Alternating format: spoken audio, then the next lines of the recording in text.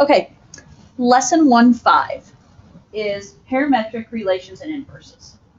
And as we look at parametric equations, we're going to be talking about equations that are defined with x and y, but then there's a third variable thrown in that connects them. So we often will use t. Now, before we talk about that, though, let's start here and talk about relations that are defined implicitly. Okay, so a relation is defined implicitly. You'll notice it says where the relation is not specifically solved for in terms of y. So like right here, this is an example of an equation that is defined implicitly. I know what I prefer is I prefer explicitly, because if it's explicitly, it's y equals, or it's solved for a variable, so it's easier to work with, right? So this one is defined implicitly, okay? So just a little bit of definition there. Now, as we look at this one, example 1, piece of cake. Determine which of the ordered pairs, 2, -5, 1, 3, and 2, 1 are in the relation defined by x squared y plus y squared equals 5. And then, at the end, we'll answer, is this a function? So, thoughts? How do we decide if each of these ordered pairs are defined in this relation? Plug them in, right? In an ordered pair, what's the order in an ordered pair? We have x, y, right? And so if we're plugging this in, I'm going to use that given equation of x squared y plus y squared equals 5. So, do the math with me. 2 squared times -5 plus -5 squared equals 5. Okay? Mathematically, what's happening here? 2 squared is 4 times the -5 is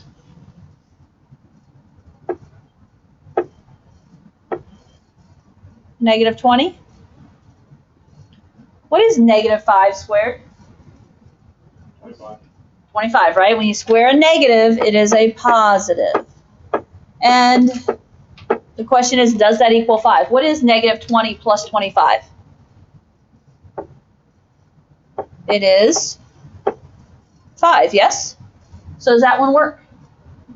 Yeah. So we just discovered that 2 -5 does work. And let's see. I'm just going to write it up here that this is the ordered pair we used of 2 -5. Okay. Try the next one. Next one is 1, 3. Again, what should you be doing?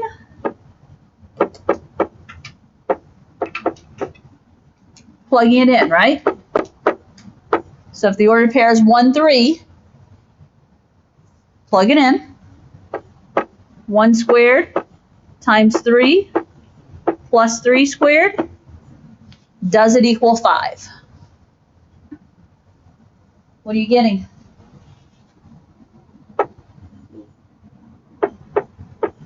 $12. Oops. 1 squared is 1 times 3 is 3. 3 plus 9 is 12. Does 12 equal 5? No, 12 does not equal 5. And so based on that, we know that this one does not work. Okay. Try another one. We have one more, don't we? Yeah. So again, x squared y plus y squared equals 5. And this time we're trying 2, 1. Does it work or not? You guys are probably ahead of me.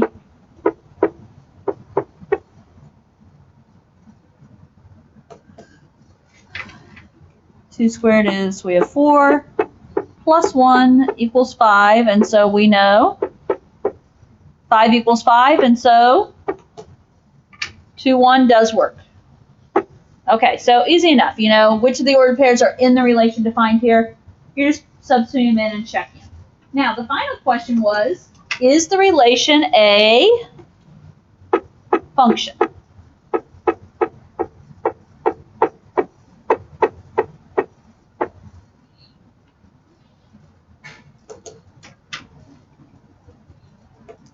Thoughts on how we're going to be able to tell if the relation is a function?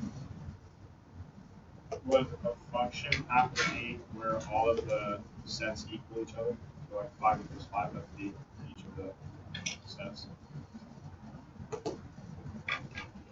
Well, anything that's in the function would have to work and be 5 equal 5. But we're not asking if these ordered pairs make a function. We're asking, is this equation right here a function?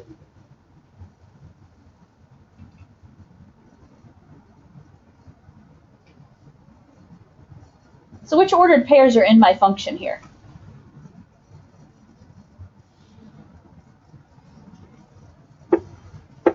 We know that 2, -5 is a part of the relation. We don't know if it's a function yet or not. 2, -5 is part of the relation. And we know that 2, 1 is part of the relation.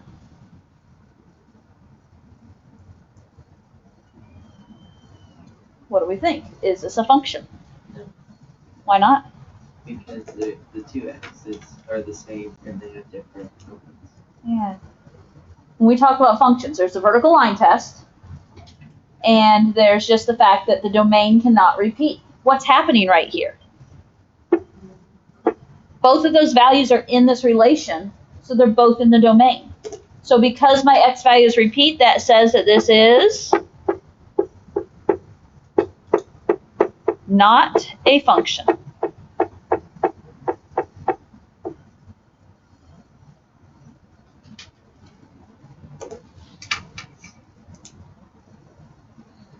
Okay. Questions there? I mean, one of the big reviews, A, just, how to plug in numbers, know if it's a part of the relation or not, and then it's not a function because my x value is repeated. Okay? And I will tell you, an often key or sticking point is if you see a y squared in there, there's a good possibility it's not going to be a function. Okay? I'm not going to say 100% positive it won't be a function, but I'm going to say there's a good guarantee, good possibility it won't be a function when you have that y squared. Just because x's could have multiple different y values. Okay, good there? Okay, you got what you need here.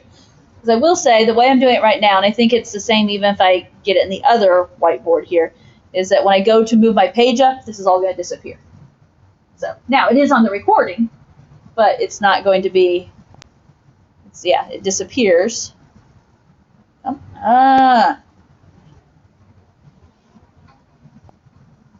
Good news, my recording keeps going, even when I get the silly errors here. And I don't know what causes that error. So, and it opens me right back to where I was. Okay. Let me get this, there we go. So, to talk about relations defined parametrically, and we can talk about it later, but there is a parametric setting on our graphing calculator that will allow us to graph parametrically. And we can look at that later. But right now, we're looking at what it means to be defined parametrically. And you'll notice up there in the definition, both elements x and y of a relation are defined in terms of a parameter. And you'll notice it says parameter t. Okay? Oh, my page moved. Oh well. So, notice right there, parameter t. So you're going to have an x equation that has a t in it. You're going to have a y equation that has a t in it. And so that t is the connecting factor between the two of them. Now, in this example, and you have some examples like this in homework, consider the set of all ordered pairs x, y defined by the equations. So this is a set of parametric equations. You have x equals t plus 1 and y equals t squared plus 2t. So those are the equations we're going to be using as we go through our problem. Okay? So, part A. Ask us to find the points determined by t equaling basically -3 through +3. When we talk about finding the points determined by that t value, what are we going to find? What can we find? If we know t, we can find x, and we can find y. And once you find x and y, you have yourself an ordered pair. Okay. I know I'm looking at how I've set this up on the paper before, and I've set it up in this blank spot. How well will it work on my whiteboard? I don't know. We'll see. Okay, so I'm going to put part A right over here. And for part A, I'm going to make a big old table. The first thing on my table is going to be my t values. So over here at the left side, I'm going to put my t values. What t values were we provided? -3, -2, -1, 0, 1, 2, and 3. Okay? And then, what are the pieces we're finding? We're going to find x, right? How are we going to find x? We're going to do t plus 1. So I'm going to have an x column where we're finding our x value. I'm going to then, of course, have a y column where I'm finding y, and y is going to be doing t squared plus 2t. And then, if I have room, I'm going to have a column where I just put my answer together. So in this final column, I'm going to state my x, y ordered pairs. And I don't know, I guess if you necessarily have to arrange it like this, but this is what works for me. Okay, so ready to do the math? What do we do? First thing. If t is -3, what do we know about x?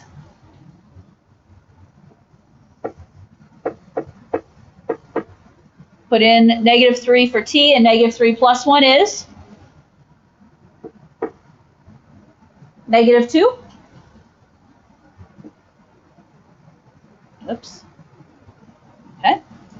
What about y?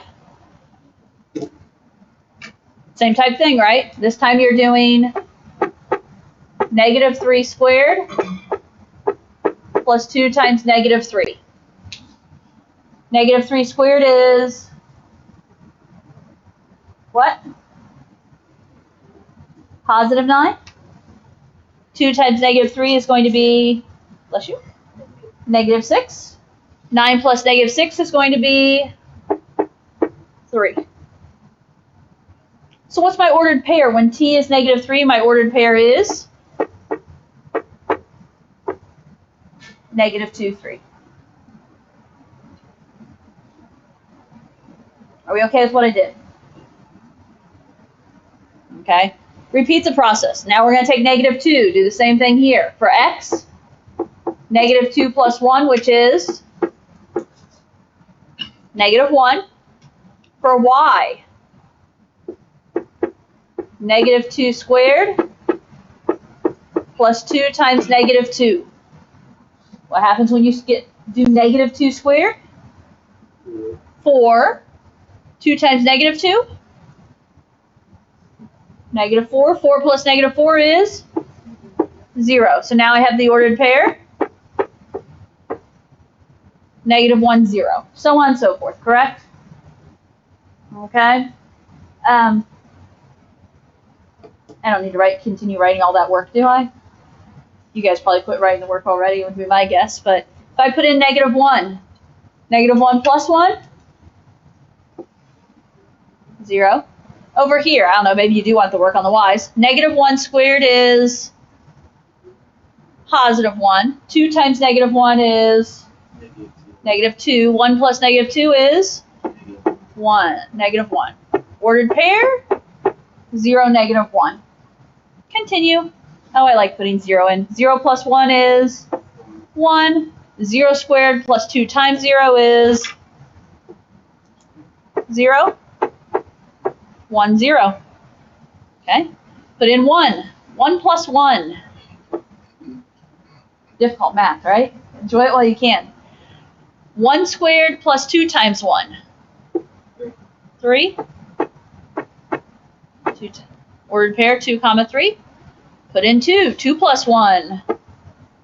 3. Put in 2. 2 squared plus 2 times 2. 8. 4 plus 4 is 8. So we have the ordered pair 3, 8. Put in 3. 3 plus 1 is 4. 3 squared plus 2 times 3. So 9 plus 6, which is 15, ordered pair of 415. Okay. Part A wasn't too bad, was it?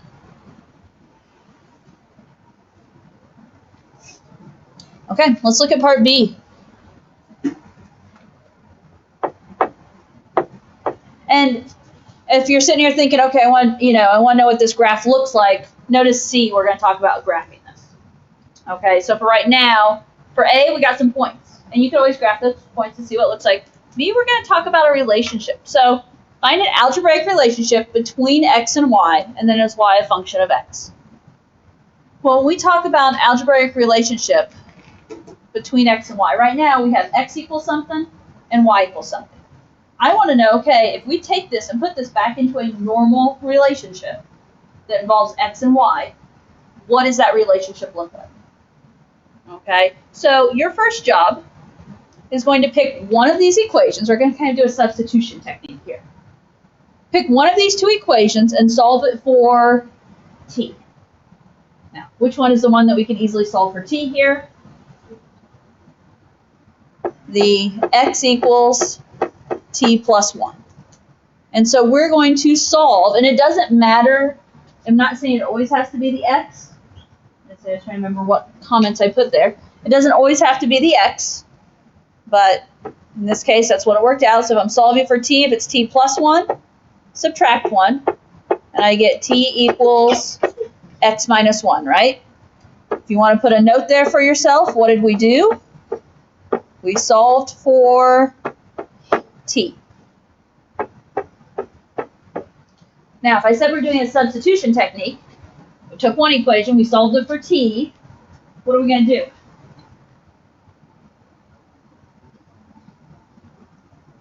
Take this t equals and plug it into the other equation. Okay. Hey, it's better than having to solve this one for t.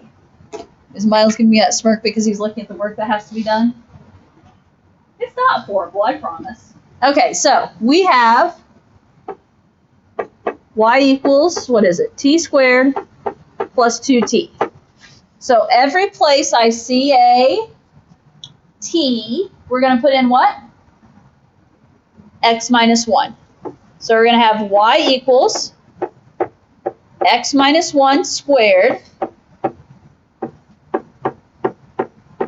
plus 2 times x minus 1.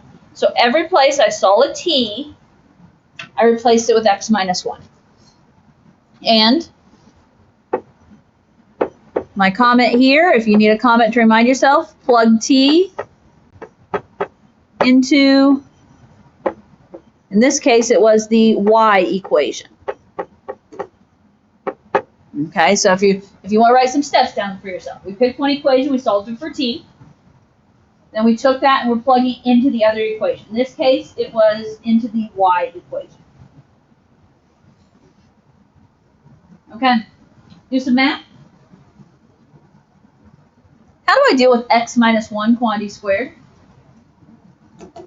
Foil. You have to FOIL, don't you? Do you need that visual?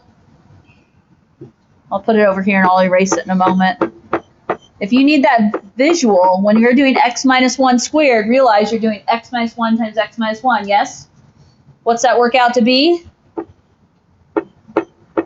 X squared minus 1x minus 1x, and then what? Plus 1. So that's what I'm going to put over here. Actually, can we clean that up, though? X squared. What's minus 1x and minus 1x? Minus 2x. And then plus 1. And then what do we have to do over here with the 2? We are distributing. 2 times x minus 1 is going to be 2x minus 2.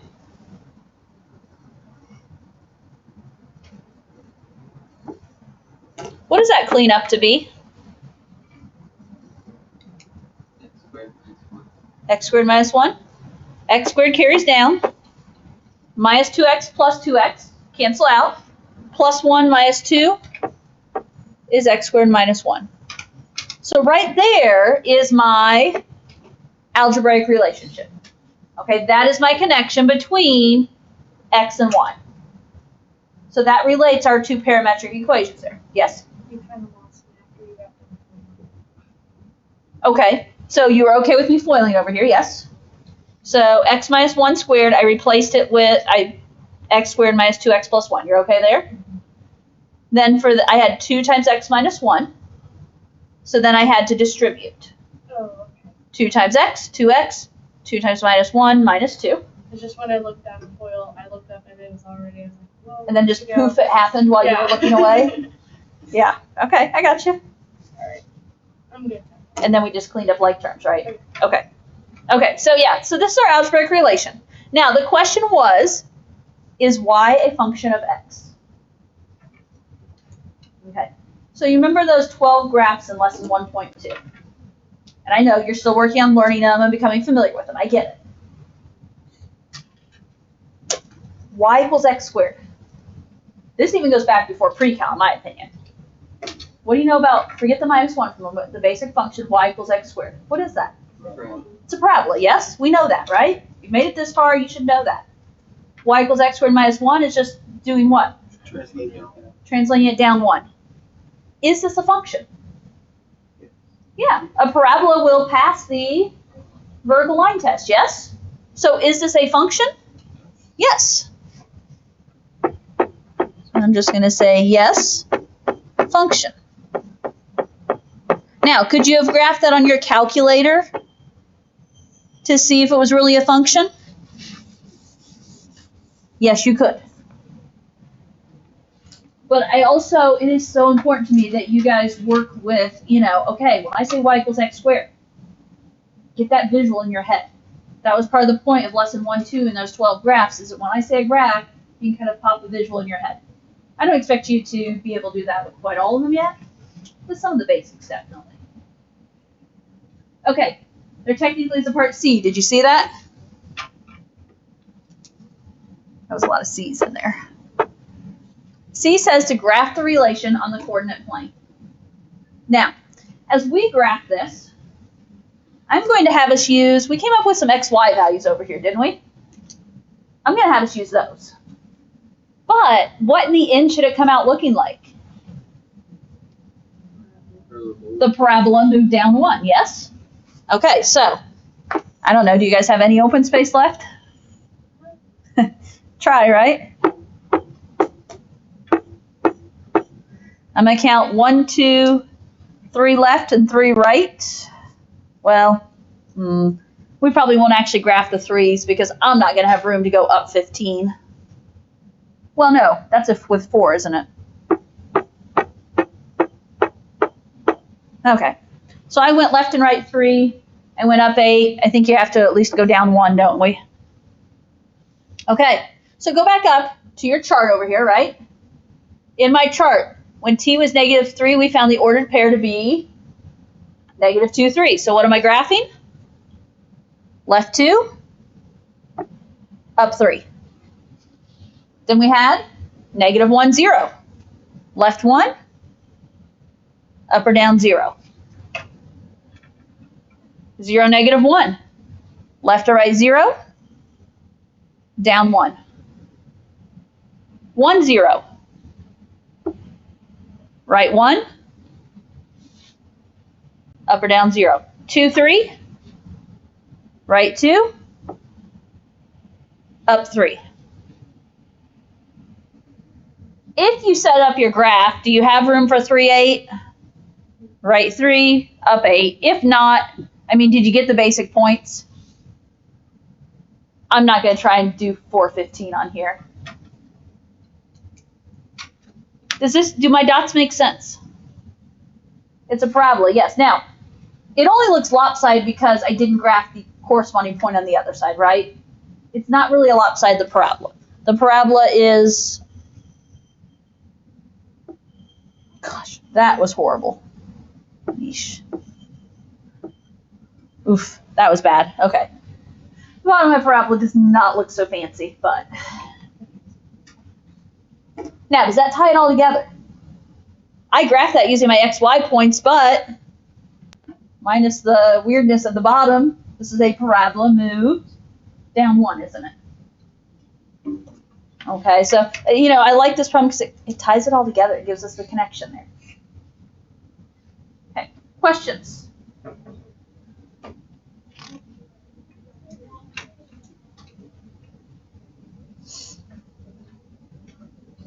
Okay. Let's move down and start talking about inverse relations and functions. And we'll see how we try and decide time-wise where we're going to end up. So,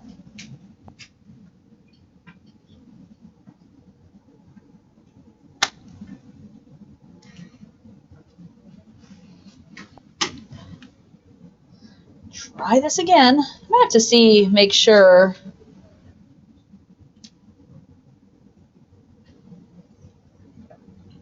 What did it do?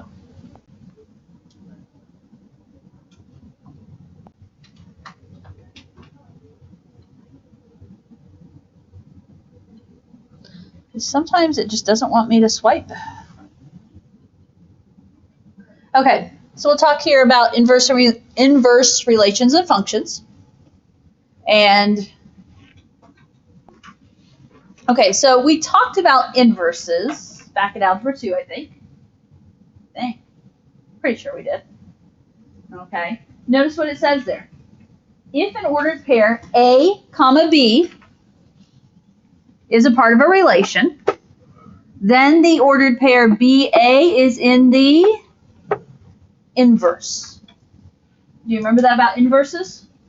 We're trying to find an inverse. You take your x value and your y value and you flip-flop them, right? You reverse them. And that's what an inverse is it's taking your x's and your y's and switching them. Okay.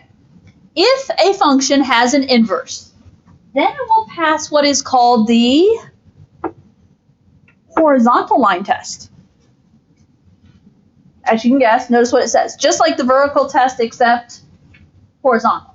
A horizontal line test, you're going to draw a horizontal line, and it is only allowed to touch the graph once. And so if it passes the horizontal line test, what that tells me is it has an inverse. Okay? So that's what the horizontal line test tells me. So vertical line test tells me whether or not it's a function. Horizontal line test tells me if it has an inverse. Okay? Now, functions that have inverses. So notice that. Functions that have inverses are called one-to-one. So what's a one-to-one function going to have to do? If it's a function, it has to pass the vertical line test. If it has an inverse, it has to pass the horizontal line test. So if it passed both of them, it is what we call one-to-one. And so side comment here is passes both vertical and horizontal line test.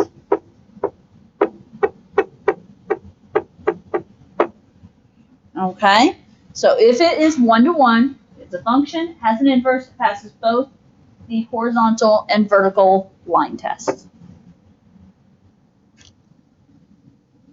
I do remember teaching us in Algebra 2 now that I get to, not the one-to-one, we didn't talk about one-to-one, but inverses, because the next line, the inverse of a function f of x is written as, I call it f inverse of x, but it's f with the power of -1 raised to the x. Okay, that's how we write our inverse function notation. And as I talked earlier, to find an inverse function, you switch x and y. So you flip-flop x and y and then solve for y, which we usually write as f inverse of x. Okay, so parts of that sounds familiar, right? Parts of it is a little new. That's okay. let's look at example 3 when you're ready. When you get to example 3, it's asking which of the following graphs are A, relations that are functions, and B, relations that have inverses. So basically we're being asked which ones are functions, which ones have inverses.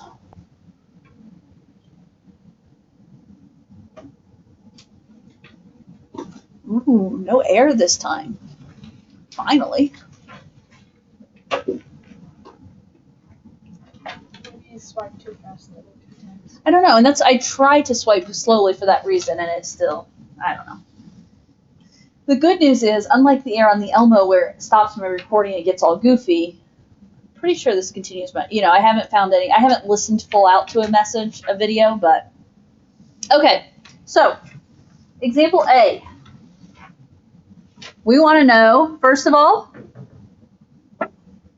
are they functions? What are we going to have to do to decide if they're functions? Okay, that's going to be our vertical line test. And then we're going to want to ask, do they have inverses? How am I going to decide if they have inverses? That is the horizontal line test, right? Okay, so what can you tell me about graph A over here? Wait, time out. Pop quiz. What type of graph is graph A? Oh, I know it. A name, an equation. It's one of those new ones. You got it, Connor? 1 over x. 1 over x. So that's Reciprocal. Yep. Honestly, it's not inverse. Yeah. I mean, it is an inverse relationship, y equals 1 over x. But yeah, so, okay, just randomly throwing that in at you, okay? So that's the reciprocal function, y equals 1 over x. In my mind, I always picture my 12 graphs, and I know it's over on the left side. What is it, second or third row down? I think maybe second row down. I don't know. I have this picture in my head of where the graphs kind of are, so. You are correct. Second row, first spot, second row down, see? You can tell I kind of have the page memorized in that order. So. What's third row middle? Oh, Sign. yes. You got it. Okay. I've also been looking at these notes a few years, but okay. A, focus here. Relations that are functions. Is A function? So does it pass a vertical line test? Connor? So when it's something like that, can it hit both lines? Or is it just like one? Because I don't know. We're not doing the horizontal. Like the horizontal for B, no. The vertical for B would hit all 3 of them, or just 2 of them. Right. So does that work? Or is it only one? It can only touch one. Okay. If it's going to pass either vertical or horizontal line test, it can only touch one. And so as we start looking here, like if I draw, it crosses 1, yes. Crosses 1. What happens as I get real close to this axis? It still crosses just 1. So, is this a function? Yes. And what I'm just going to write up here is I'm going to write A, as in the answer to part A is yes, it is a function. Now, and here's a hint I should have given. That page of 12 graphs are 12 functions. So everything on that page are functions. And it's on that page, so it is a function. Okay. What about B? Does this relation have an inverse? So what am I saying? Does this pass the horizontal line test? Does it pass the horizontal line test? It does. And so, yes, it has an inverse. Now, if you would, what do you know? Since it is a function and it does have an inverse. Special name.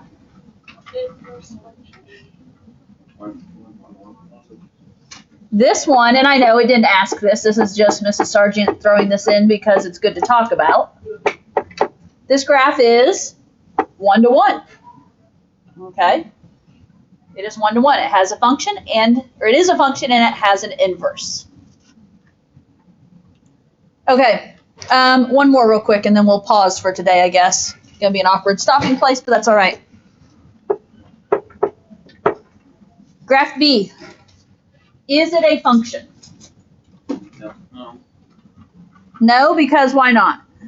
Doesn't pass the first one. Okay, I just picked right there, and it does not pass the vertical line test. So, it fails. The vertical line test is not a function.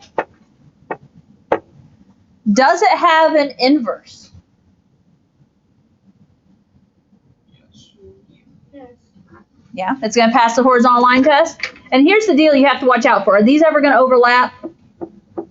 No, because what's running along here in between these? Those are horizontal asymptotes. So, yes, it does have an inverse. Okay. I don't like kind of stopping in the middle, but maybe tomorrow at the beginning of class I will tell you to do C and D while we get warmed up. We will finish some notes tomorrow. What's tomorrow? Friday? Friday. Guess that makes homework due Monday. Now, you are more than welcome, of course, to start tonight, getting what you can done.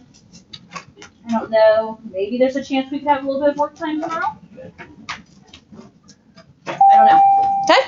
Have a good day, guys. What?